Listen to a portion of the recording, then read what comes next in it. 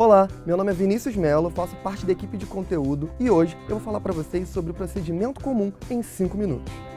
Quando falamos sobre procedimento, a primeira coisa que você deve lembrar é, assim como uma pessoa que ela se desenvolve, ela nasce e chega ao fim da sua vida, o processo também tem ritos que ele deve seguir. Esses ritos é a maneira pelo qual que esses atos se desenvolvem no processo para a decisão de uma determinada pretensão. Quando falamos sobre processo, a primeira coisa que você tem que lembrar, meu aluno, é sobre lead. Falou sobre lead, você vai ver, tem duas partes, existe um conflito e esse conflito precisa ser resolvido. Como que esse conflito é resolvido? Através do processo. Quando você lembrar de processo, você vai ver que ele é composto por esse procedimento, pela relação jurídica processual e uma coisa muito importante, a presença do contraditório. Agora que você já tem uma noção básica sobre o que seria o procedimento, sobre o processo de maneira geral, o procedimento comum, você vai se ligar numa coisa.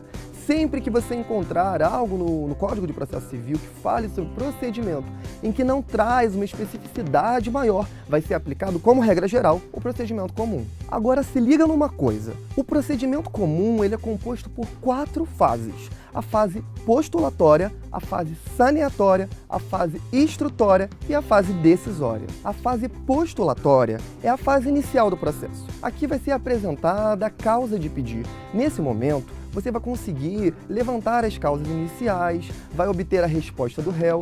Nesse momento, o momento exatamente, a fase postulatória, onde se coloca as coisas em cima da mesa, onde vai estabelecer tudo que as partes desejam para a composição daquela lide. Uma dica importante é que quando a gente falar sobre instrução do processo, lembre-se do artigo 312 do Código de Processo Civil. A segunda fase, a fase saneatória, é a fase em que o juiz ele vai poder levantar situações complementares para o julgamento daquele processo.